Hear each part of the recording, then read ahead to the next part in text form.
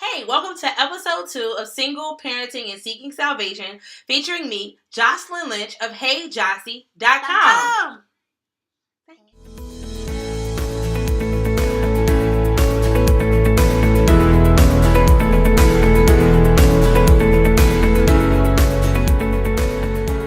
This episode is KJ'sCorner.com, and I'm also a tinyrepreneur.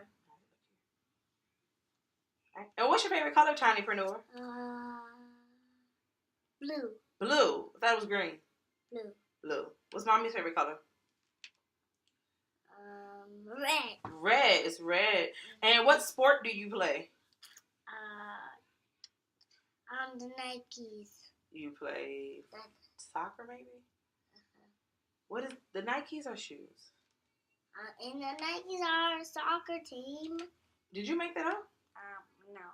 Oh. What's your favorite animal?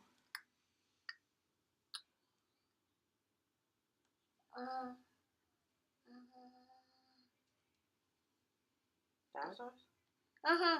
What's your favorite dinosaur? Tyrannosaurus Rex. Tyrannosaurus Rex. What's your next favorite? T-Rex. Okay, well, you just said that.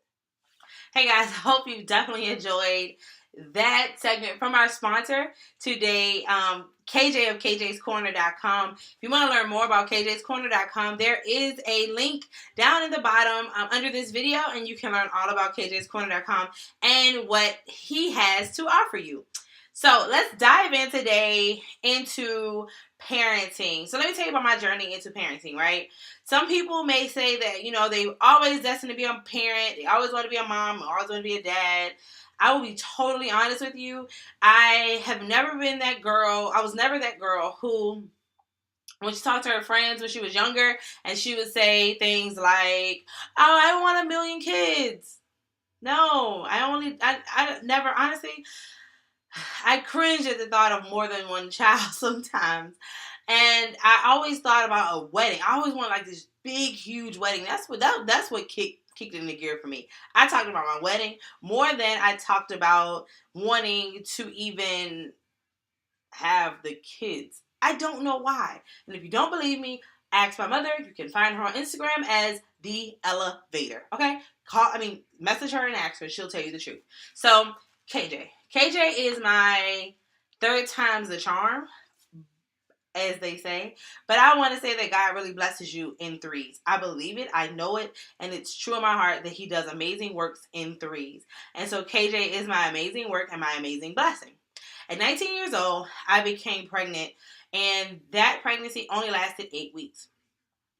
I had a miscarriage.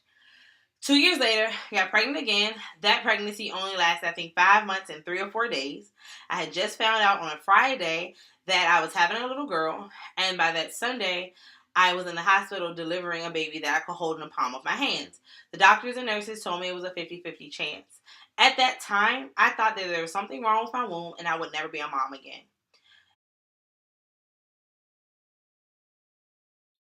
I graduated from VCU that spring. By that fall, I was pregnant. It scared the crap out of me. I will be totally honest. Totally honest with you.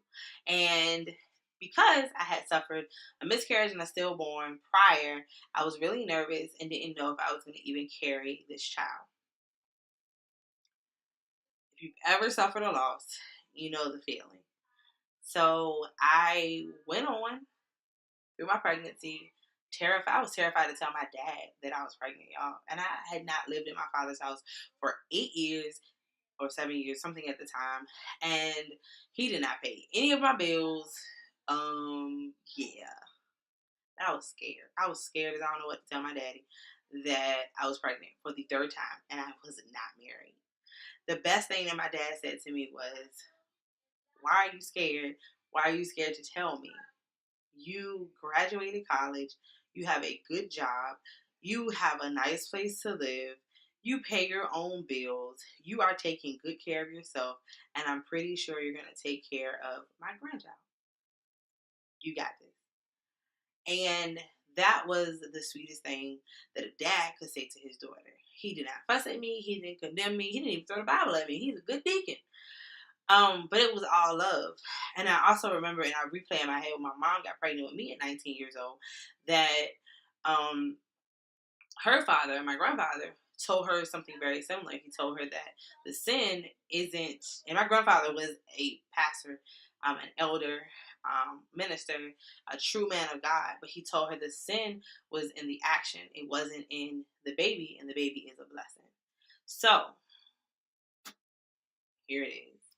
I knew in my heart that I really wanted to be a mom, and that I knew that I wanted to carry my child full term.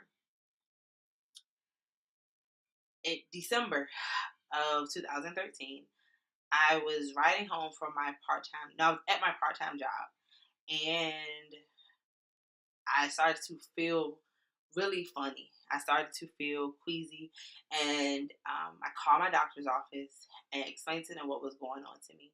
They told me to go home, to rest, and to come into the doctor's office the very next morning.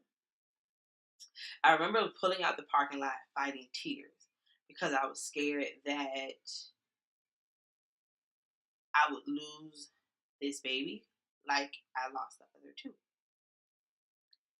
And I remember praying and just praying and crying out to God and saying, you know what, God, I can't suffer another loss. I cannot suffer losing another child. I can't take a loss. I can't take a hit.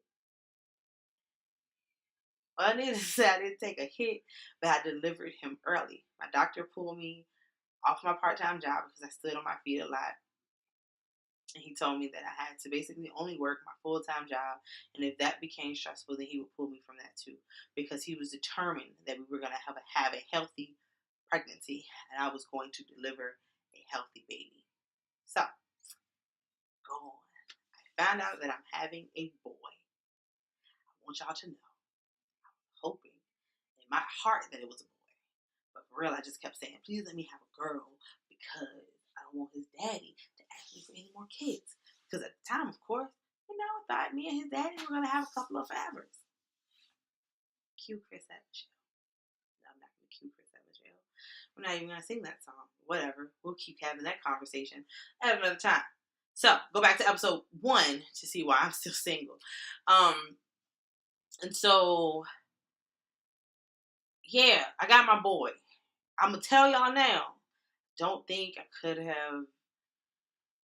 I don't know about that girl action because I would have had to like do nails and feet and hair and stuff that I don't like to do and they like to do, and it probably would have I would have just sent her to my mom. I'm lying. I would have kept her and I just would have got used to doing nails and hair and all that good stuff. I just,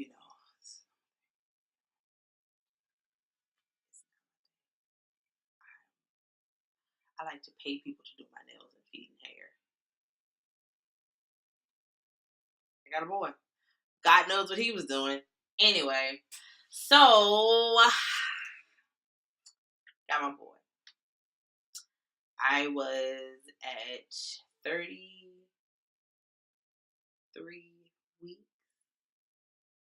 and 34 weeks. I was at 34 weeks pregnant. And the boy decided that his heart rate was going to go haywire. So haywire that it was off the charts. My doctor asked me, hey, what do you have to do this evening? I said, go home, take a nap, and eat some cereal. He said, well, that's not going to happen. I left the doctor's office that day, went to the hospital across the street, and I stayed in the hospital until they delivered KJ a week later. When I tell you that I learned to pray really, really hard, I learned to pray really, really hard in that moment. I should have known then that I was going to have a rambunctious little boy who was going to have me running all over the place. But I'm thankful. And now we are almost 4 years in this thing. And whoo, that all seems like a distant memory and a distant dream. But it was a huge blessing and a huge learning lesson for me. It caused me to love him so much. Words can't even express how much I love my baby, my son, my big boy. Words could never express the love that I have for me, and words could never express how much I'm thankful to God that He gave me a third chance to be a mom. When I look at parenting, I look at it as it's your child is a blessing. KJ is like the biggest blessing to me that I have ever received. He is it's your child is a blessing. KJ is like the biggest blessing to me that I have ever received. He is the sweetest, most loving little boy that I've ever met. He is also very strong minded and strong willed. And it gives me a run for my money. But there are times that I'm thankful for it. Thankful for it just like every day. Because he's amazing. And again, I would not trade any of it for anything else in the world. And so the reason I say yes, and I could have chickened out when I found out I was pregnant, and I could have aborted him. I could have aborted the other 2 pregnancies as well. But for me, I don't believe in abortion for myself. I can't speak for anyone else. I can't tell anyone else what to do. But for me, I'm not there for it. It's not for me. I believe that God gave me those tests and those chances for a reason.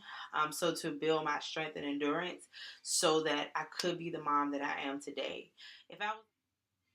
If you're watching this and you are struggling with the co-parenting piece, understand that you don't have to be with the parent in order to be a great parent.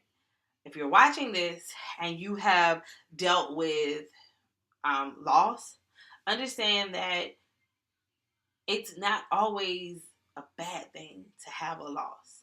Sometimes you gain your strength in your loss. I'm saying that because when I sat in my loss, I was nervous and I was scared. But I had some people that prayed for me constantly. Like I gave up on myself at maybe year 3. I just kind of threw in the towel. I was like, I'm never gonna be a mom. I'm just gonna continue to be, a good godmother or a good auntie. And whenever that happens, but I had my cousin. My cousin used to tell me all the time. She was like, "No, you're gonna be a mom. You're gonna be a great mom.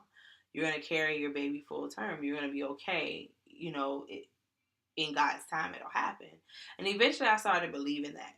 And so, when I started to believe that I would be a mom and that I would have what I needed, what God wanted me to have, I started to let go of my fear.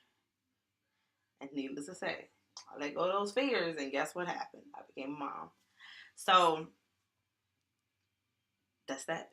I love being a mom. I love hanging with the tinyrepreneur. I love going to soccer games now. Even when he makes me want to throw up both my hands and scream, I'm still forever grateful that I'm his mom. I'm forever grateful that God gave me a third chance to be a mom, to clean up my junk, my mess, to have an open heart, to be able to love, and to give me someone that I could parent with. I could do this parenting thing with. Now, again, I'm not with his dad anymore. Doesn't mean we can't parent, right? We are parents, and that's what we do. We parent our son. We're friends, and we make sure that our son can see that we get along and we're able to be the best parents that we can be. So in closing, I'm just forever grateful that, again, I'm a mom and I'm ready to rock this ride. Go check out our sponsor, kjscorner.com. The link is down below, and I'm thankful that my tinyrepreneur is ready to rock out in his entrepreneurial journey.